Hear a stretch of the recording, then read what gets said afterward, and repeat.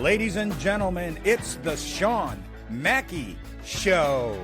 He's so unpredictable. Mother Nature calls him for advice. Welcome to Season 2, Episode 13 of the Shawn Mackey Show.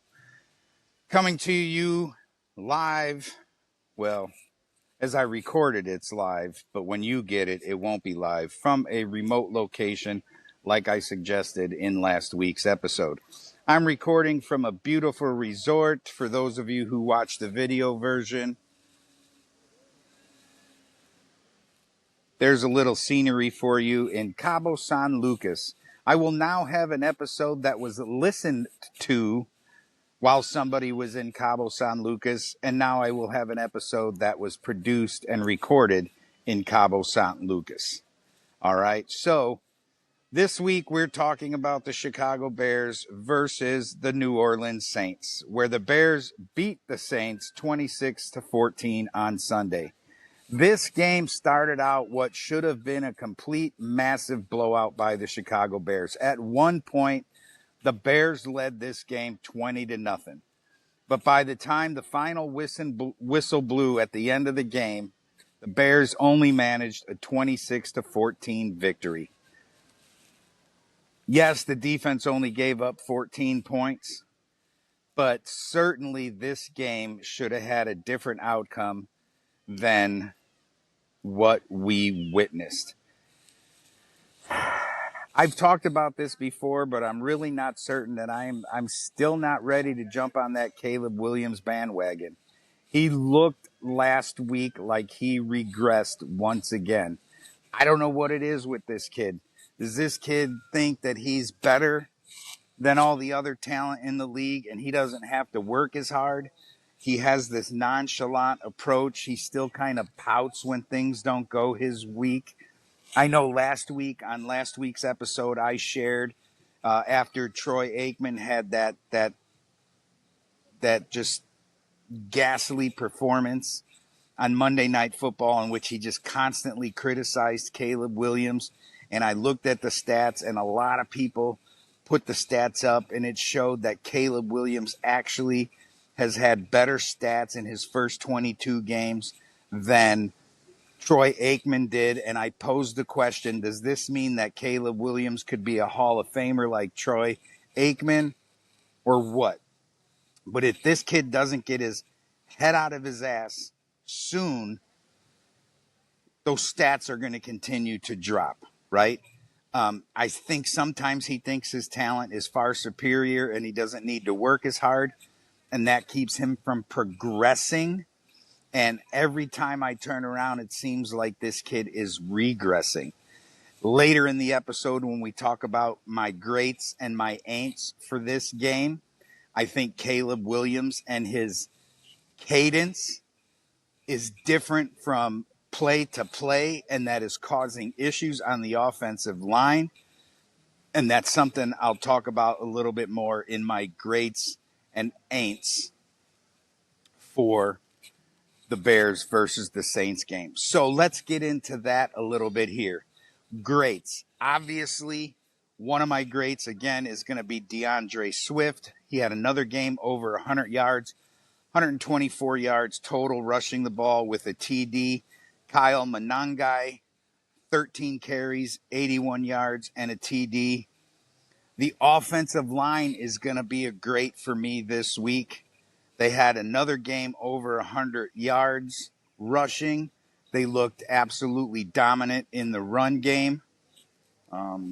So I know the offensive line is a great for me in this game. I got to give another great performance to DJ Moore, simply just for the fact that he spent the night in the hospital after that Monday night game, after having what they said was a groin injury. And then he comes back and he plays in this game versus the Saints. Newly acquired kicker Jake Moody makes another 4 field goals. I believe that's 8 out of 9 so far coming over to the Bears. This is going to be a big issue for the Bears when Cairo Santos is healthy. Do they shit can Jake Moody and keep Santos, there's a few things you got to look at. Jake Moody's a lot younger. He probably has a lot bigger leg or a stronger leg than Cairo Santos does. Cairo Santos has been around for a long time in the NFL. So we're going to have to keep a watch and keep an eye on that whole Jake Moody versus Cairo Santos deal as the season progresses. Another great for the Chicago Bears. I think after last week, his first game back, Kyler Gordon wasn't so good. Kyler Gordon comes back in this game. He has a sack, a tackle for loss, 4 total tackles. And again, the Bears defense gets on my list of greats this week with 4 sacks, 3 picks, a fumble recovery, and held the Saints to only 44 yards rushing. That is a great defense in my book, all right? Despite what I've said about how Dennis Allen sometimes bring the pressure, doesn't always continue to keeping up the pressure, does some weird-ass things. I know Jaquan Brisker had a nice sack in there as well. Some of my ain'ts for this game, the Bears, the team, the coaching staff in general. Again, 10 penalties for 92 yards. That's a coaching staff issue. You have got to get this team disciplined so they stop having the stupid ass penalties. One of my ain'ts, Caleb Williams, again, not very good. Okay?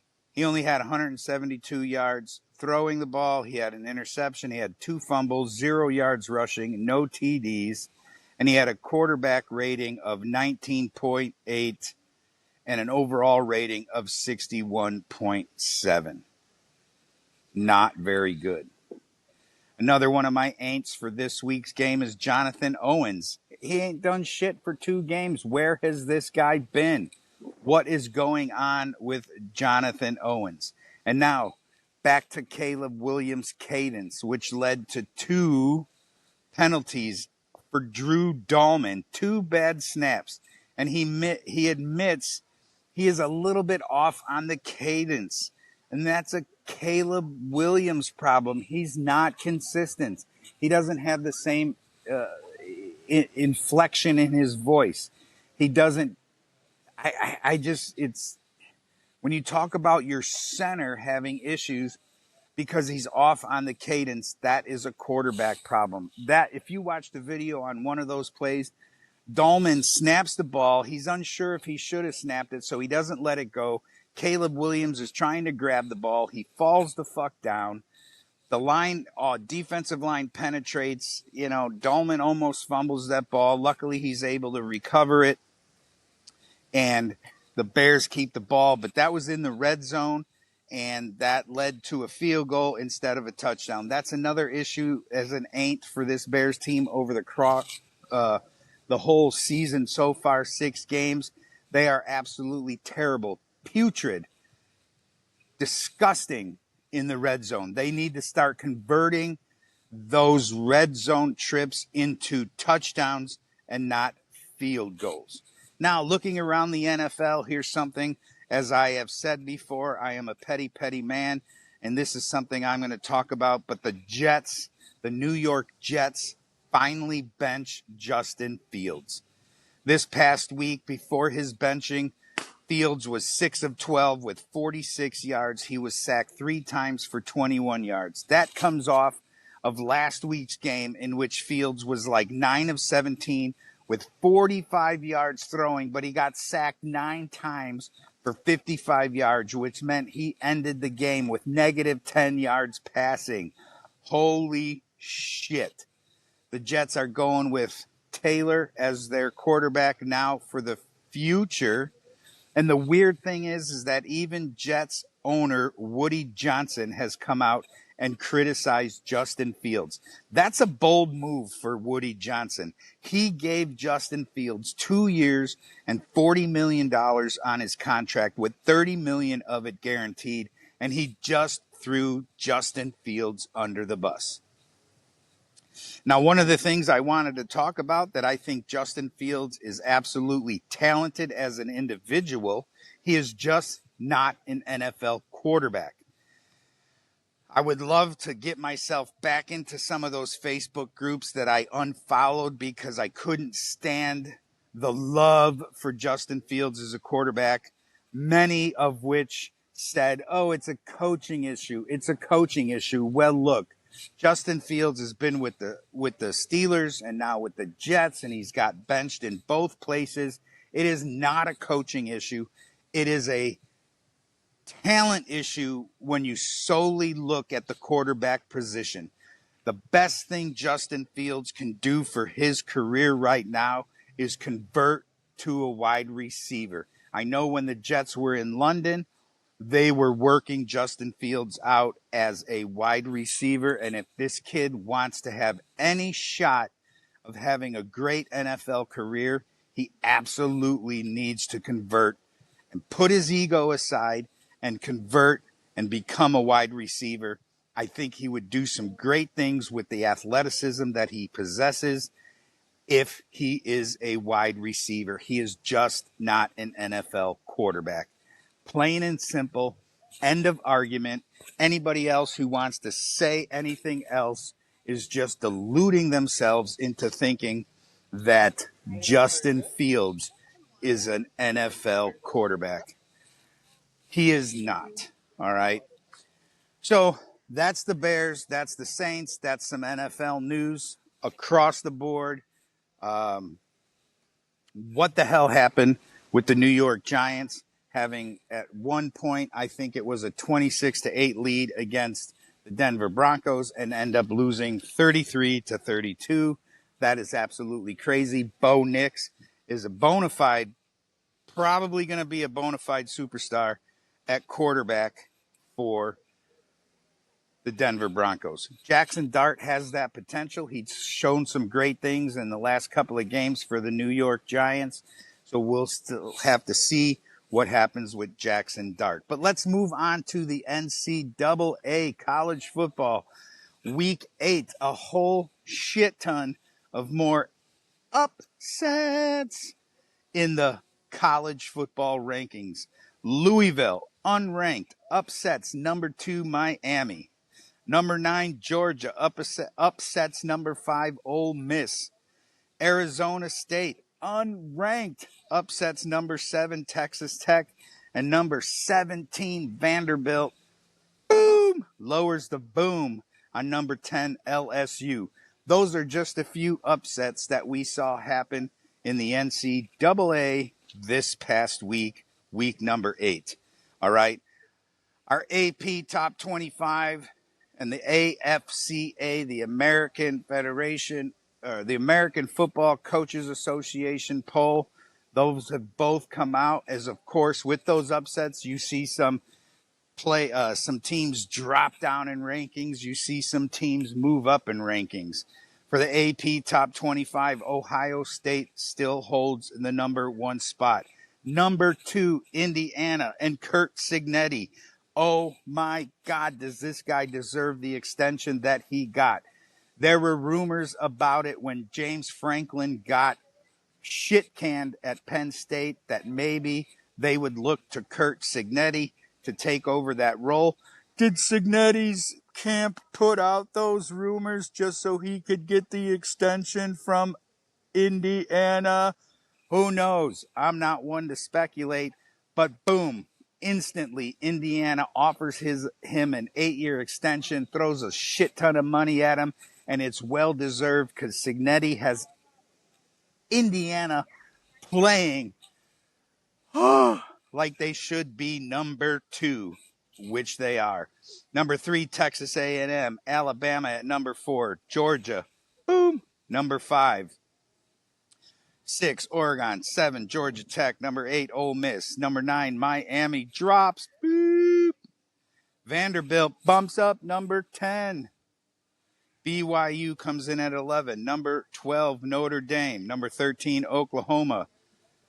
It's nice to see Illinois jump back into the AP Top 25 at number 23. My Texas Longhorns coming in at number 22. 24, Arizona State. Number 25, Michigan, rounding out the top 25. The American Football Coaches Association poll. Of course, they've got Ohio State number 1, Indiana number 2, pretty much almost mirroring the AP top 25. Texas, although coming in at number 18 on the AFCA poll, and Illinois still at number 23. But good to see them back in the fold. Last week we talked a little bit about officiating. And I had said on last week's episode I was going to get into that, and I did not. But I am going to get into that this week. Officiating has become a liability, a sore spot. It's happening in the NFL. It's happening in Major League Baseball. I don't follow the NBA or the NHL all that often to know if it's an issue there, but my thoughts on officiating are this. The fact that replay has become such a significant part of the game has led these officials and umpires to not give a shit. They don't fucking care. They know if they make a bad call, it's just going to get overturned, whether it's a coach's challenge, whether it's, from the booth on the instant replay shit that they got going on in the NFL. But it has absolutely been atrocious. I talked last week on how the University of Texas El Paso put together a study in which, the NFL and the Referees Association all downplayed it and said it wasn't legit. But it is legit. You look back at the Kansas City Chiefs versus the Detroit Lions game, and that touchdown gets called back from the Lions. Jared Goff goes in motions. He becomes a receiver. David Montgomery throws. Touchdown. Everybody's celebrating on the Lions side. Over a minute later, all of a sudden a flag is thrown.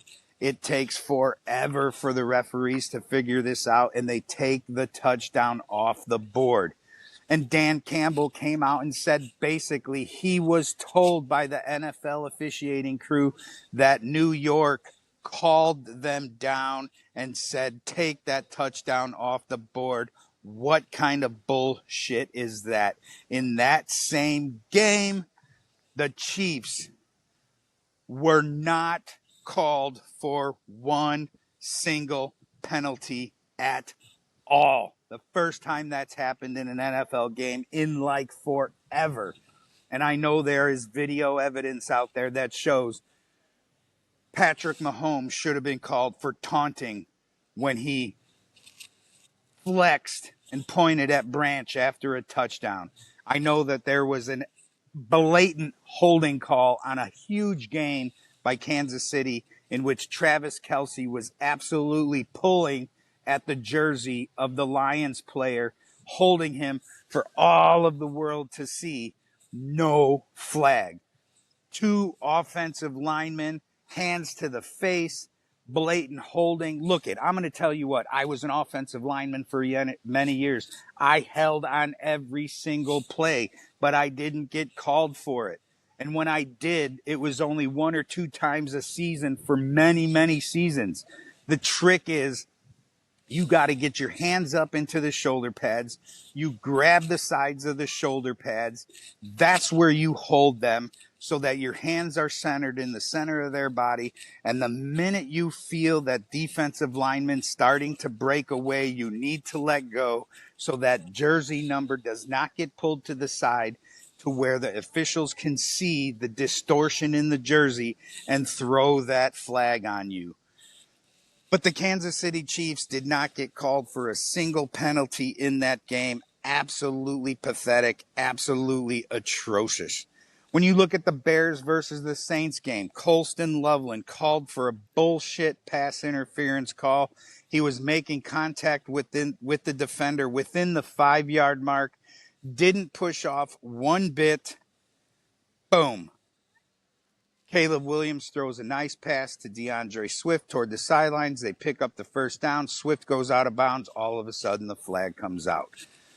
Let's not even talk about that game last week in which the Bears were called for many, many, many bullshit penalties. The officiating was absolutely pathetic. I know in that Monday night game, I was yelling at the TV about the officiating more than I was paying attention to the actual game. Thankfully, I got and paid attention to the parts of that game that mattered.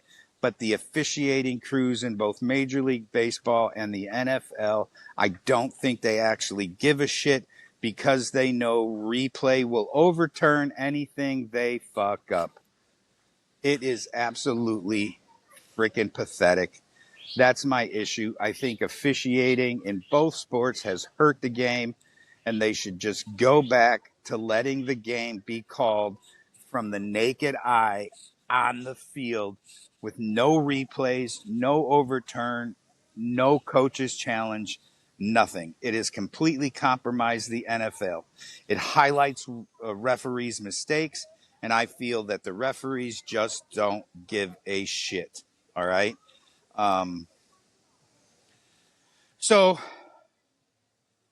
that's all the time we've got for this episode. Like I said, I'm on vacation a little bit. I'm out here enjoying the beach. I've got my toes in the sand, drink in my hand, my beautiful wife next here by my side, reading her book. I wanted to get an episode out before we get home and before we get into next week's Bears game. We'll be a little bit more in depth all the way around for the Shawn Mackey Show. But that's it. That's all the time I got for you today, folks. It's been great. Here's another, for those of you who do look at the YouTube channel and you look at those videos, here's another shot of the beauty that is Cabo San Lucas. All right. That's it for me right now at the Shawn Mackey Show. Peace out. I'll see you on the flip side. Later. Hey, if I made you laugh, made you think, or even made you smile, please tell all your friends. If I didn't, just keep that shit to yourself. Thanks for listening to the Shawn Mackey Show.